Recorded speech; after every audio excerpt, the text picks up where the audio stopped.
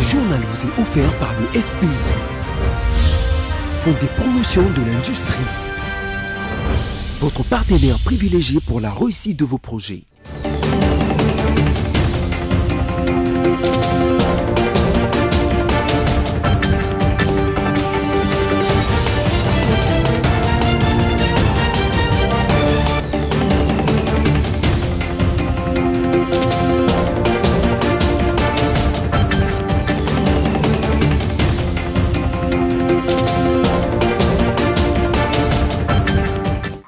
Nous sommes à Kinshasa, capitale de la République démocratique du Congo, et vous êtes sur BC Télévision. Madame, Monsieur, bonsoir et bienvenue à ce journal. Avant tout, les principaux titres.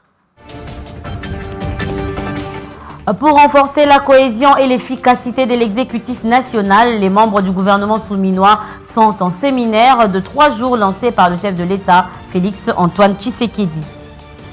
Exeta 2023-2024, les finalistes connaîtront bientôt leurs résultats. Le ministère de l'EPST annonce les débuts de la publication à partir du mercredi 24 juillet 2024. Et enfin, aux États-Unis d'Amérique, Joe Biden ne sera finalement plus candidat à sa propre succession. Le président démocrate de 81 ans a cédé sous la pression de son propre camp qui serait inquiet sur ses chances de victoire face à Donald Trump. Voilà tout pour les titres. Encore une fois, bonsoir et bienvenue. Si vous nous rejoignez, le chef de l'État, Félix Tshisekedi, a présidé dans la soirée d'hier la cérémonie d'ouverture du séminaire gouvernemental de la session 2024 dans la salle des congrès du Palais du Peuple. Cette activité solennelle vise le partage d'informations et d'expériences afin de consolider la cohésion au sein du gouvernement présidentiel. Des sourires, des accolades, des poignées de mains appuyées, c'est l'image d'une équipe gouvernementale qui se veut soudée pour bien remporter des victoires. Et près de 2 mois après la publication du gouvernement souminois, c'est ce dimanche 19 juillet 2024 que ses membres au grand complet se sont réunis dans la salle de congrès du Palais de la Nation à l'occasion de la cérémonie d'ouverture d'un séminaire gouvernemental. Ce cadre devra notamment permettre aux séminaristes de transformer en acte le programme gouvernemental calqué sous la vision du chef de l'État. Arrivé en début de soirée au Palais de la Nation, le président de la République Félix Antoine Tshisekedi Tshilombo est venu présider ces importantes assises. Son discours d'orientation a décortiqué le thème de ces séminaires de 3 jours, à savoir sceller le pacte d'engagement citoyen pour la cohésion et la solidarité gouvernementale. Dès l'entame, le chef de l'État exprimait son attachement pour ces assises. Le peuple congolais nous a honorés en nous accordant une fois de plus sa confiance lors des dernières élections, offrant au passage une majorité parlementaire confortable à notre coalition. Cette confiance renouvelée n'est pas seulement un honneur, mais surtout un impératif de redevabilité pour nous tous. Elle nous oblige à une action déterminée et résolue. Nos concitoyens attendent des résultats tangibles, des changements concrets dans leur quotidien, et nous devons être à la hauteur de leurs aspirations. Pour mieux atteindre les résultats attendus, le président Tshisekedi rappelle aux membres du gouvernement que des évaluations périodiques seront effectuées. J'ai également annoncé que des évaluations périodiques seront effectuées pour mesurer la performance de chaque membre du gouvernement par rapport aux résultats attendus. Cela nous permettra de prendre des décisions nécessaires. Ainsi, chacun sera jugé sur la base des résultats concrets obtenus en accord avec les objectifs et les actions prioritaires définis dans le programme d'action du gouvernement. Les défis à relever par cette équipe ont été clairement cernés par le premier citoyen du pays. Nous devons nous attaquer avec engagement aux questions de développement, de gouvernance et de justice sociale. Nous devons travailler ensemble dans un esprit de coopération, d'efficacité et de transparence. Un mot aux experts et aux intervenants qui animeront les différents modules de formation. Le président de la République les a invités à apporter leur savoir-faire avec professionnalisme.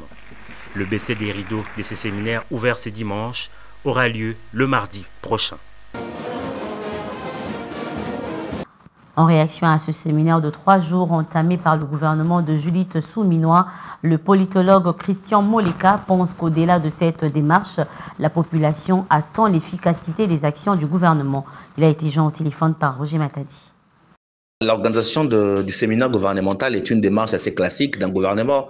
Lorsqu'un gouvernement se forme à son début, il y a une nécessité de faire de la cohérence et de la convergence des points de vue pour essayer de dégager des lignes directrices claires de fonctionnement. Pour moi, ça s'inscrit dans une démarche assez classique d'un gouvernement qui s'installe et qui a besoin de cohésion. D'ailleurs, le thème général était cohésion et solidarité gouvernementale.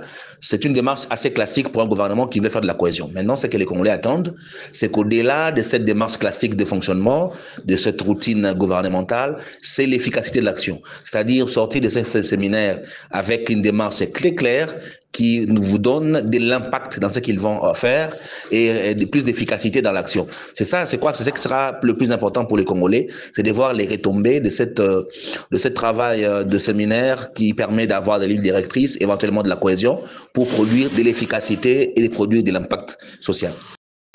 Dans l'actualité, le gouvernement a adopté le dossier relatif à la proposition du renouvellement de la flotte de Congo Airways. Dans son rapport présenté lors de la 6e réunion du Conseil des ministres, le vice-premier ministre, ministre des Transports, Voies, des Communications et des Enclavements, Jean-Pierre Bemba, a rappelé la série des mesures envisagées afin d'assurer la relance de cette compagnie nationale. C'est ce que nous rapporte le porte-parole du gouvernement, Patrick Mouyaya, dans cet extrait choisi par Isaac Bopima.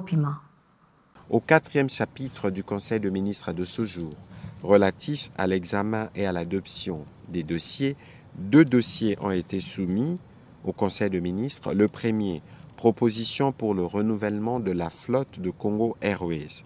Le vice-premier ministre, ministre de Transport et Voies de Communication, a rappelé la série des mesures envisagées afin d'assurer la relance de la compagnie nationale. Il a présenté sommairement les business plans étalés sur une période de 5 ans et qui envisagent d'acquérir en location-achat 3 avions de type A320, ce qui a pour avantage de résoudre la double question relative à la perte du certificat de transport aérien CTA et de l'agrément IATA à la date butoir du 16 septembre 2024. La relance de la compagnie Congo Airways s'impose au regard de son impact significatif sur la souveraineté nationale et la mobilité des personnes et des biens ainsi que la vie économique et sociale pour lesquelles les indicateurs des performances démontrent une rentabilité et une viabilité satisfaisante avec la desserte graduelle des 47 destinations domestiques et intra-africaines suivant son programme d'exploitation. Parlant justice dans ce journal, aucune église ne peut s'installer dans un rayon de 500 mètres par rapport à une autre. Et pour exercer comme pasteur, il faudra obtenir un permis de culte délivré par le ministère de la Justice. Telles sont les mesures prises par Constant Moutamba, ministre d'État en charge de la justice congolaise. Jeanette Fika. À Kinshasa, la capitale, les églises naissent un peu partout. Elles sont sous des tentes de parcelles vides, dans de maisons inachevées et plus de 3 sur une même avenue. Depuis un certain temps, la prolifération des églises dérange énormément les citoyens. Ce phénomène est aussi à la base des déménagements de plusieurs familles. Alors que la loi permet à tout individu de prier là où il veut, mais que cela ne dérange personne. Face à cette réalité, l'État congolais a réagi. À travers un communiqué du ministère de la Justice, plusieurs mesures ont été prises quant à ce. Désormais, aucune église ne peut s'installer dans un rayon de 500 mètres par rapport à une autre. Mais aussi, pour exercer comme pasteur d'une église en République démocratique du Congo, il faut se faire tout d'abord identifier au ministère de la Justice, enfin d'obtenir un permis d'exercice des cultes. Dans ces mêmes communiqués, il est noté que toute tenue d'assemblée générale d'une ASBL est conditionnée par la présence de 2 délégués du ministère de la Justice. Un bon entendeur s'aligne. La crise au sein de l'UDPS, on en parle encore dans ce journal. Une commission des bons offices a été mise en place pour rencontrer les différentes parties au conflit au sein de ce parti politique. C'est l'une des résolutions de la réunion des députés nationaux et sénateurs membres de l'UDPS et Mosaïque tenue le dimanche dernier au collège Boboto sous la direction d'Isaac Jean-Claude Chilumbaï, premier vice-président de l'Assemblée nationale et cadre de ce parti politique du chef de l'État, Isaac Bopima. Réunis le dimanche dernier autour du premier vice-président de l'Assemblée nationale, Jean-Claude Chilumbaï, les députés nationaux et les sénateurs, membres de l'Union pour la démocratie et les progrès sociaux et ceux de sa mosaïque, ont abordé la question liée à la crise que traverse actuellement le parti présidentiel sous format d'une tribune d'expression populaire. Les partis ont abordé toutes les questions qui les divisent et ont décidé de la mise en place d'une commission des bons offices qui devra rencontrer les partis en conflit et c'est pour une durée de 3 jours. De la même manière, les députés nationaux Clotilde Kapinga et Jules Lobby ont été respectivement désignés présidents et rapporteurs de la dite commission à l'issue de cette réunion de crise afin de mener la mission de bons offices et veiller au strict respect des recommandations formulées aux partis en conflit. Une autre grande annonce de cette rencontre est la tenue de la convention démocratique du parti qui sera organisée dans un bref délai. À cet effet, les partis en conflit ont été exhortés à l'abstention de mener des actions qui risqueraient de compromettre la vie des Congolais. Soulignons par ailleurs que ce conciliabule, qui s'est tenu en présence de tous les partis en conflit, a connu l'absence du secrétaire général Augustin Kabouya, qui est poussé à la porte de sortie par certains cadres et militants qui critiquent ouvertement sa gestion. L'ancien ministre de la Santé, Eteni Longondo, considéré comme l'initiateur de la fronde au sein du parti présidentiel, était présent à la dite réunion de crise. Malgré la mise en place de la commission de bons offices par les députés nationaux et sénateurs de l'UDPS pour sauver son parti au pouvoir de la crise qui secoue, le départ du secrétaire général Augustin Kabouya est toujours vivement exigé. C'est dans cette optique que s'engage également Fierté Dinanga, cadre de l'UDPS et porte-parole de l'ASBL Vision Fachi, qui a été joint au téléphone par Isaac Bopima. On l'écoute. C'est vrai, c'est quelqu'un qui a été toujours renfermé entre lui-même, qui ne sait pas qu'il faut faire des concessions pour établir la paix. L'initiative du prof Chilumbaï reste louable et il a mon accompagnement quant à ça, parce que l'UDPS aujourd'hui, au-delà de tout ce qui se passe, c'est le parti au pouvoir qui a l'obligeance d'accompagner la vision du président de la République. Certes, l'initiative est bonne, mais il faut comprendre qu'à la table de ces négociations, il y a les prérequis qui sont déjà mis sur la table, c'est le départ d'Augustin Kabouya. Donc, si les négociations tendent à pouvoir faire partir Augustin Kabouya, l'UDPS et nous tous qui voulons les changements sommes d'accord. Mais si cette commission se met en place pour le maintien d'Augustin Kabouya, le membre de l'UDPS et le peuple dans son entièreté ne seraient pas d'accord avec cette démarche. Je pense que s'il faut convoquer les structures du parti pour pouvoir établir la paix, nous sommes tout à fait d'accord, mais les prérequis ou la conditionnalité dans cette démarche, c'est le départ de Kabouya. Encore une fois, son comportement antinomique, son orgueil et son sens du mimétisme a fait qu'il ne puisse pas venir au sein de ces assises convoquées par les cadres notables du parti. Je lis en titre que la publication des résultats de l'examen d'État édition 2023-2024 débutera le mercredi 24 juillet. L'annonce a été faite par l'inspecteur général à l'éducation nationale et nouvelle citoyenneté, Jacques Odia, qui a d'ailleurs affirmé que les opérations de correction et de contrôle des documents traités vont bon train. On l'écoute. Les opérations de correction se déroulent très bien. Le jury se réunit le 24, le mercredi prochain. Et le même jour, on publie les résultats de la session 2024 de l'examen d'État. Pour raison de fiabilité, de crédibilité, il faut que tout le monde soit associé à cet exercice. Nous avons beaucoup de structures. Vous avez le cabinet du ministre parce que le président du jury, c'est la ministre d'État elle-même, l'inspecteur général avec tous les autres collaborateurs qui, dans le cadre des évaluations, mais également les directeurs chefs des services de l'administration centrale. Vous avez également les coordonnateurs des écoles conventionnées et le président du comité des parents. Tout le monde est appelé à cet exercice, n'est-ce pas, pour raison de transparence, de fiabilité et de crédibilité. Donc, le mercredi, je confirme, à moins que, et je crois, le ciel ne tombera pas le mercredi. Nous allons publier le mercredi. Poursuivant ce journal, l'Université de l'information et de la communication, appelée autrefois IFASIC, a bénéficié d'un don de 500 bancs fabriqués par les bâtisseurs du service national. Ces bancs ont été réceptionnés par le recteur de cet établissement, le professeur Jean-Richard Kambaï Boacha, des mains du général-major Jean Kassongo Kabouik, commandant du service national, au cours d'une cérémonie officielle tenue à l'espace professeur Malembe Tamandiak. À cet effet, suivez les réaction du recteur de cet établissement universitaire public et de certains étudiants qui ont livré leurs impressions à l'issue de cette cérémonie. Voici le service national, n'est-ce pas, représentant le chef de l'État, pour que désormais, avec le temps, nous ne voulons plus parler de délinquants. Jadis délinquants, aujourd'hui, vous avez entendu ce monsieur qui est aujourd'hui gradé, qui a appris à confectionner les bancs, qui a appris à construire des maisons, qui a appris à écouter, qui a appris à enseigner, qui a appris à diriger. Non.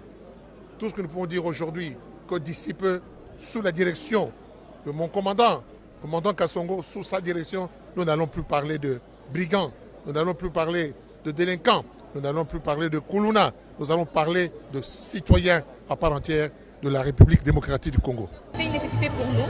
Il y a des auditoires qu'on vient à peine de réhabiliter dont il n'y avait pas de bancs. Il y avait aussi des auditoires dont il y avait les bancs, mais il n'y avait pas suffisamment de bancs. Et avec ça, on aura à compléter ces manques et ces vides.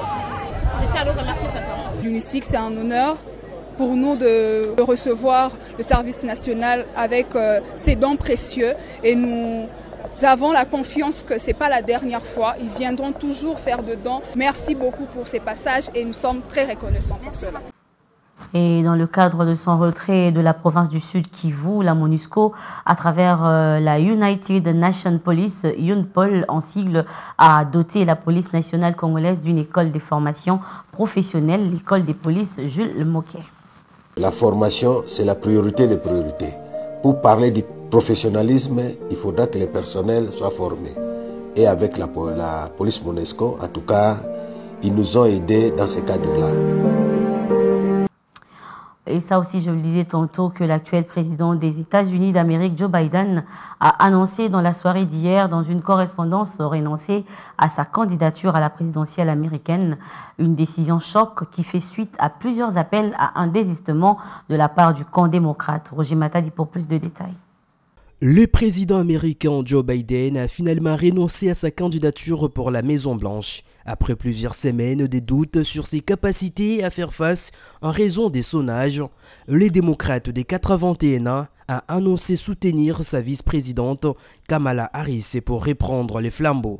En annonçant qu'il renonçait à briguer un second mandat par cette lettre diffusée via les réseaux sociaux et sans prononcer une allocution télévisée, Joe Biden vient de susciter de nouvelles interrogations sur son état de santé et de sa capacité à exercer ses fonctions jusqu'en janvier 2025. Sachez que suite à ces retraits chocs de Biden, la campagne présidentielle américaine est plongée ce lundi dans l'incertitude, les démocrates devant évaluer dans l'urgence du calendrier électoral si la vice-présidente Kamala Harris est la mieux placée pour battre Donald Trump en novembre. Et on passe au rappel des titres. Pour renforcer la cohésion et l'efficacité de l'exécutif national, les membres du gouvernement souminois sont en séminaire de 3 jours lancé par le chef de l'État, Félix Antoine Tshisekedi. Exeta 2023-2024, les finalistes connaîtront bientôt leurs résultats. Le ministère de l'EPSE annonce le début de la publication à partir du mercredi 24 juillet 2024. Et pour terminer, aux États-Unis d'Amérique, Joe Biden ne sera finalement plus candidat à sa propre succession. Le président démocrate de 81 ans a cédé sous la pression de son propre camp qui serait inquiet sur ses chances de victoire face à Donald Trump. Vous l'avez sans doute compris que cette édition est complètement terminée. Merci à vous de nous avoir suivis. Et dites merci à cette grande équipe technique et cette équipe rédactionnelle qui a coordonné cette édition. Merci. Et demain, retrouvez Roger Matadi à la présentation. Au revoir et bonne suite de programme.